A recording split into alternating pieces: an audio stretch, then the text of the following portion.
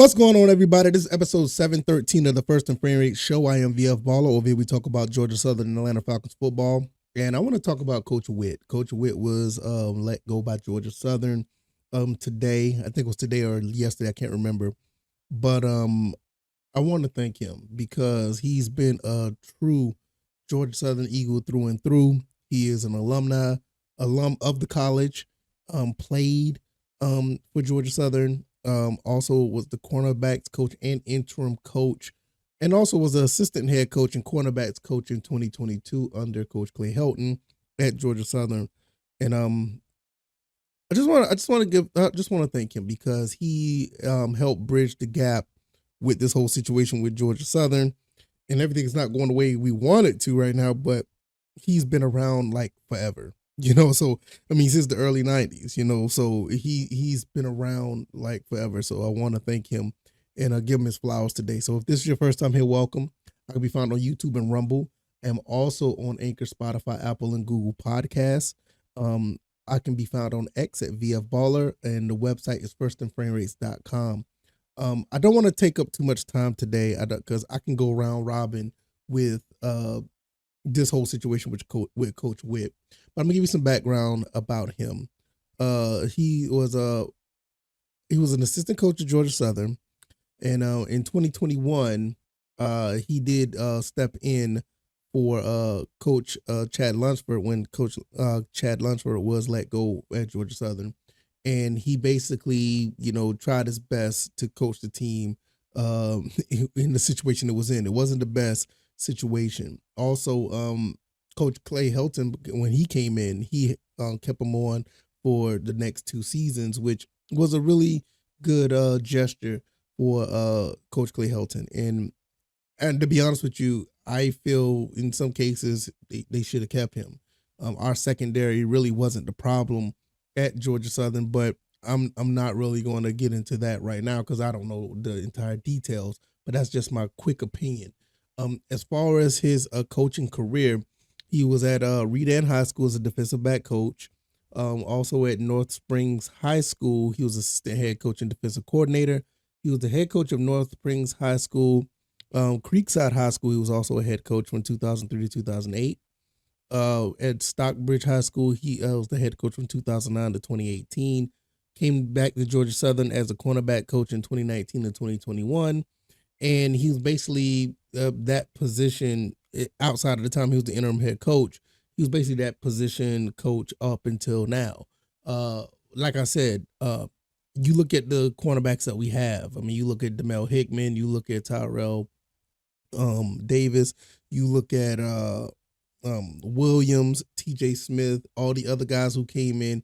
They played pretty well, all things considering. I don't think he was the issue. It could be more internal, so I don't really know. But well, we lost a good one. We lost a good one. Everybody loved Coach Whit. Nothing but good things to say about him and all and everything under the umbrella. I would be remiss if I wouldn't say he did play on the practice squad with the New England Patriots in '92, and he also was in the CFL for the Toronto Argonauts and from '93 to '95. So I do apologize. I didn't put that in the proper order, but like I was saying, this is a tough one because I like Coach Whit. I've always liked him ever since ever since he was with the team. I mean, you look back at 2019 and all the DBs that came through that actually made a difference. Look at the Kendall Vildors. You look at the Donald Rutledges, the Monquavius Brensons. You look at Kendrick Duncan. Like I said, I can't remember the other DB that plays for the Colts now. Oh my goodness, he was with the Arizona Cardinals. I just forgot his name that quick. Please forgive me. I'm sorry about that. But you look at the other guys that we have now, the ones who end up transferring out.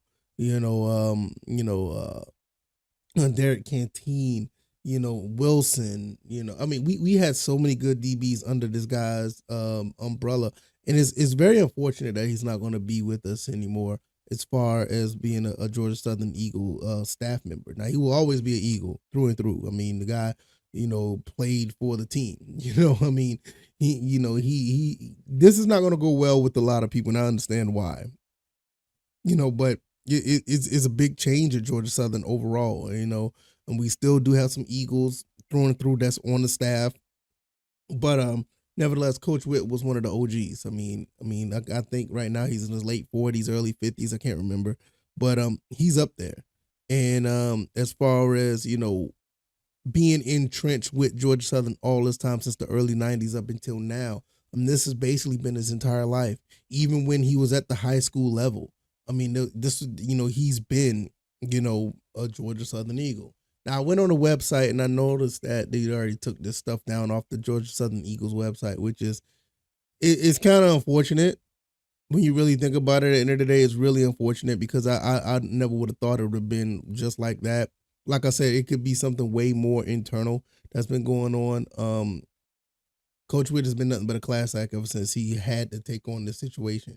One of the last holdovers from Coach Chad Lunsford tenure, if not the last holdover. I think he done his job phenomenally well. And I think he was not, like I say, I don't think he was the issue of this team at all. I mean, you look at our cornerbacks and the way those guys played defensively, we've played fairly well, all things considering. And once again, I think the offense put these guys in a bad spot for them to for them to continue to try to hold the line. You can't. I don't want to go down that whole situation where how the offense was this year. I mean, I'm not doing that, but nevertheless, it's about Coach Whit, and I don't know how much more I could say. Like I said, I didn't want to go round robin on this episode. I know this episode is going to be probably a little bit shorter than usual, but I want to thank Coach Kevin Whitley. I mean, you've been everything that I've been wanting to see out of a Georgia Southern player, team member.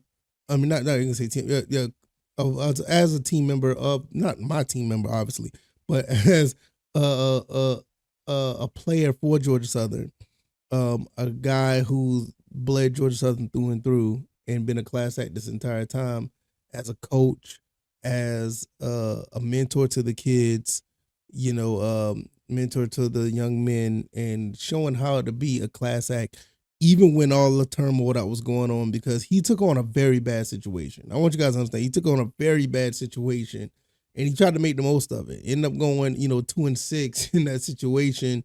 But it was just really unfortunate. I mean, you can't blame all the losses on him on that season. I mean, that season was cooked.